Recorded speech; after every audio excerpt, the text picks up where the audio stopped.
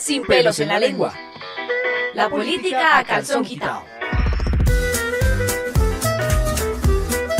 Bueno, una bienvenida muy especial a todas las audiencias del Tiempo Casa Editorial a este podcast de política sin pelos en la lengua, la política a calzón quitado.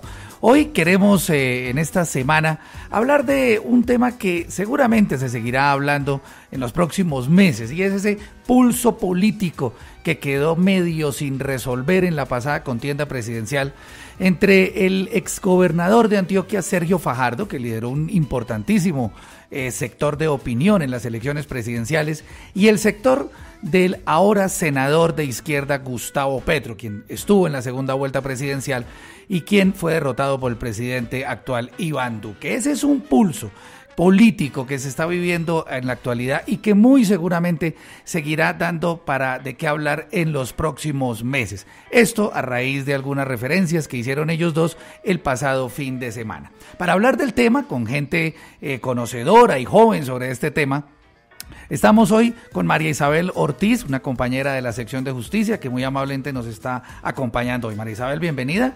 Gracias. Con Edulfo Peña, el editor de política del periódico El Tiempo. Hola, Edulfo. Francisco, ¿qué tal? Y con Mateo García, que es un compañero de la sección política y que nos va a contar de entrada qué fue lo que pasó el fin de semana, porque están otra vez agarrados Petro y Fajardo.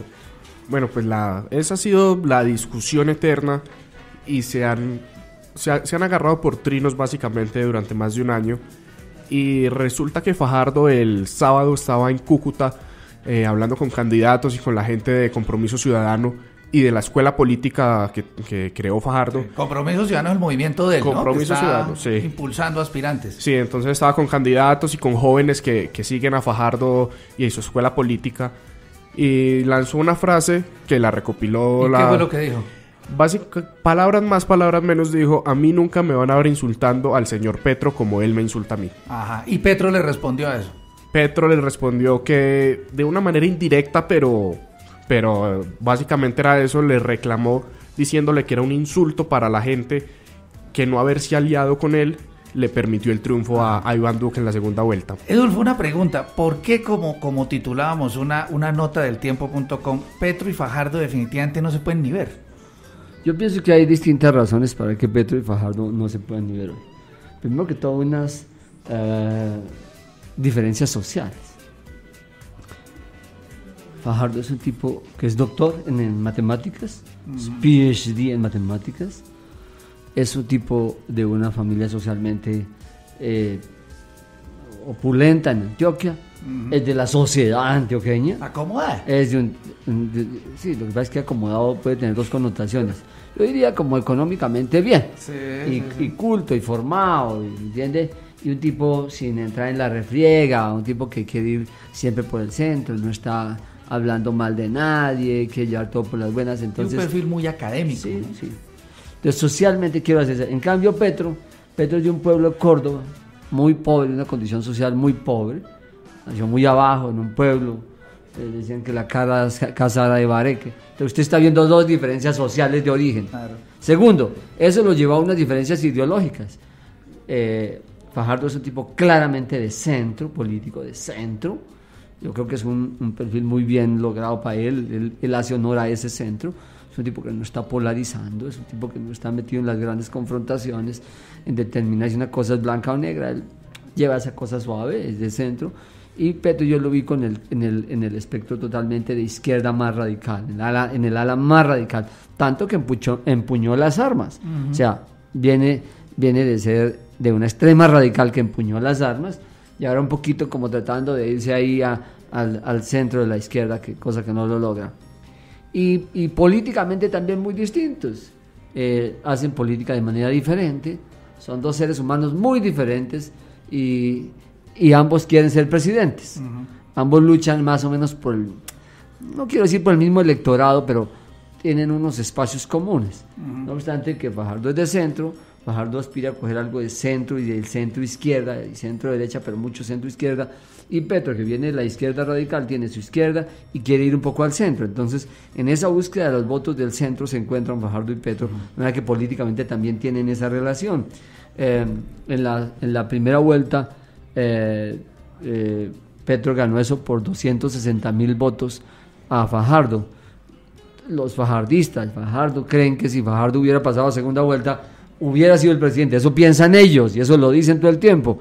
Petro le reclama a Fajardo por qué no lo apoyó y que si lo hubiera apoyado, hubiera pasado a la segunda vuelta también Petro. Pero todo son hipótesis. Y yo lo que creo también, como lo dijimos, es en esa historia del tiempo que dice que Petro, Fajardo ni siquiera se pueden ver, es que Petro no ha procesado todavía su derrota. Llevamos ya un año y Petro todos los días vive diciendo, ay, si yo hubiera ganado, si me hubieran ayudado, si no me hubieran dejado solo, yo sería no sé qué. Claro. Petro no ha procesado su derrota. No, y constantemente está diciendo que el apoyo de Fajardo, sí, le hubiera servido obviamente para derrotar, pero no ha procesado su derrota todavía. Edulfo hablaba ahorita de ese potencial de electores que se decantarían por uno y otro. María Isabel, si a ti te dieran a escoger, ¿sí?, entre votar por Sergio Fajardo o escoger por Petro, ¿tú por cuál te inclinarías? Creo que buscaría otra opción porque los dos me parecen que hablan mucho y no necesariamente hacen tanto como hablan. En el caso de Fajardo, yo viví en Medellín, soy de Medellín, y me tocó tanto su alcaldía como su gobernación. Ajá. Y siento que si bien tuvo políticas muy buenas como la construcción de parques educativos y demás, precisamente eso también se le ha criticado mucho y hay algunos que están con graves deterioros como la Biblioteca España, que además vinieron a inaugurar los Reyes de España y está caída y no sirve. Según Fajardo es culpa de la constructora, pero no deja de ser una obra que se construyó bajo su administración. Y de Petro también siento que es alguien que habla mucho y que si bien polemizar no está mal en algunos casos, siento que a veces se pasa, que no hay necesidad de buscar que todo siempre sea de extremos. Déjame que yo sí quiero intervenir a propósito de lo que dice María Isabel por un par de cosas. María Isabel es una periodista, una compañera, que no está muy metida en el tema político. Esa es una de las razones por las que se invitó a este programa. Segundo, conoció a Fajardo un poco en Antioquia, pero María Isabel es una mujer joven. Pero no pecar, María Isabel, si digo que está por debajo de los 25. Entonces digo, probablemente ese sea un segmento de población que no quiere ni a Fajardo ni a Petro. Y ojo con lo que está diciendo María Isabel, porque decíamos en la historia, que escribimos para el tiempo, que genera un poco este programa, que una de las opciones para el 2022 es que la gente decida entre Fajardo y Petro en esos candidatos de gente izquierda, pero de pronto habrá mucha gente como María Isabel que dice ninguno de los dos. Si no es ninguno de ellos dos, si no es ninguno de ellos dos de centro izquierda, ¿quién? Pero yo quisiera preguntarle a Mateo algo porque, o sea, uno sí ve que muchos de los 4,5 millones de votos que sacó Fajardo el año pasado a la presidencia y muchos de los 8 millones de votos que obtuvo Petro en la segunda vuelta sí provienen de gente joven. Sí, o sea, sí la hay mayoría como un nuevo de joven, electorado. yo creo que el perfil de María Isabel, yo creo, mucha gente. Pero estamos de acuerdo, es decir, si bien hay una mayoría de gente joven, también hay otras opiniones en el sentido de que no le gusta. Mateo, usted que también está por debajo de los 25 años, o no está por debajo de los 25 años. Hasta que se pasa. ¿Por qué Fajardo y Petro despiertan interés dentro de las personas de esas edades de ustedes? Y eso que Fajardo, escúchame, Fajardo tiene 62 años y Petro 59. Sí. ¿Qué es lo que los engancha a la gente joven de Fajardo y de Petro?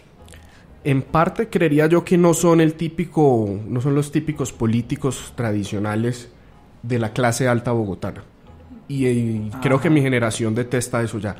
Ya no quiere saber nada de Los Santos, ni de Pastrana, ni de Gaviria. Ya gente que... Ni de los partidos políticos tradicionales. Eso es otro aspecto, que ya no hacen parte de partidos políticos tradicionales. Y mi generación va en contra de eso, como bueno, ya démosle la oportunidad de que gobiernen otros, porque los que han gobernado lo han hecho mal. Queremos a otra gente, y ya llegan esos dos tipos que indiscutiblemente tienen buenos discursos, a pesar de ya mirando más allá de sus políticas y de cómo les fue en sus administraciones. Tienen buenos discursos y logran atrapar a la gente que los ve en otro extremo a lo que vemos normalmente. María Isabel opina lo mismo, por lo visto. De acuerdo, sí, estoy de acuerdo con que sobre todo la gente joven, yo creo que todo el país, pero pues hablando de gente joven, no está muy de acuerdo con la política tradicional, con los partidos tradicionales y con los errores tradicionales, sin decir que necesariamente alguien que venga de un partido o de un trasfondo distinto vaya a ser el mejor o la mejor. Pero sí creo que parte de la atracción que tienen ellos es que no cargan con todo el peso por ejemplo, de los conservadores, de los liberales, de todas esas familias de las que ya todos estamos cansados, aunque igual, por ejemplo, en el caso de Fajardo, él sí ha sido cercano a Álvaro Uribe en algún momento. Entonces yo creo que eso también le resta a él en particular, no sé si votos o cómo expresarlo, pero la gente joven, algunos también no se quitan de la cabeza el hecho de que él sí sea cercano a un candidato, a una figura como Álvaro Uribe Vélez, que ya es es un prócer de la patria, como dirían algunos en cuanto a política. A mí sí me parece también importante lo que dice María Isabela, en el sentido de que inclusive ellos que parecen líderes de los jóvenes, que ellos mismos no son tan jóvenes, repito, Fajardo tiene 62 años y Petro creo 59, en la medida que pasan por la administración se desgastan. María Isabel está viendo cómo ha sido el desgaste a su juicio de ella, de Fajardo, y yo sí quiero saber,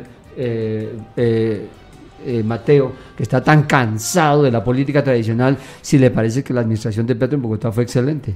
No, obviamente lo que ahora dije sobre, yendo más allá de sus administraciones, obviamente la administración de Petro fue bastante regular y demostró que es un gran congresista, que lo fue en el pasado, pero como administrador le fue muy regular. Ahora, yo creo que también puede haber una tendencia en algunos casos, digamos, como a justificar algunas de las decisiones de este tipo de políticos que son alternativos, que son diferentes, vistas desde la crítica de lo tradicional, de la política tradicional. Entonces, digamos, por ejemplo, Petro en muchos casos, la respuesta que hace a las críticas de su alcaldía es que provienen de los mismos sectores de derecha que han gobernado históricamente el país y que no aceptan que la política social emerja y tal y demás. Pero bueno, digamos que cerremos este podcast con una conclusión, Edulfo.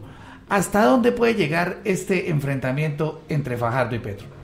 No, yo no tengo una hipótesis clara de qué pueda pasar. En política todo es muy imprevisible. Una probabilidad es que termine lo mismo que les fue la vez pasada en el 18, que se dividan, porque yo no los veo unirse, y que ambos conserven un electorado relativamente considerable. Si, por ejemplo, Fajardo se mantiene en promedio 6 millones de votos y Petro en los mismos 6, pues se dividen como se dividieron. Yo no los veo uniéndose, me parece que son muy radicales. Si se mantienen divididos, pues mantendrán electores divididos. No creo que se puedan unir fácilmente. Lo que yo pregunto es, si no es Petro o Fajardo, ¿quién? En ese espectro de centro-izquierda, ¿quién llegará? Hay que mirar ese tema.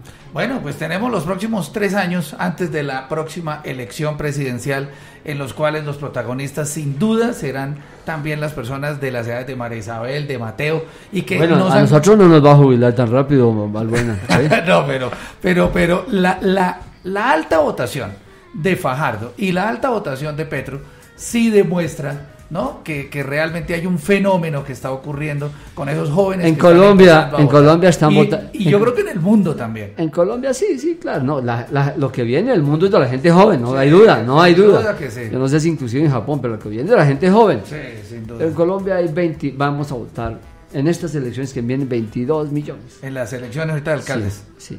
Yo creo que eso todavía está mitad y mitad. Bueno, vamos a ver. María Isabel, muchísimas gracias. Mateo, muchas gracias. Edulfo, muchas gracias. Y a todos ustedes, los oyentes de este podcast de política sin pelos en la lengua, muchísimas gracias. Yo soy Juan Francisco Valbuena y nos veremos en un próximo episodio del podcast de política del tiempo.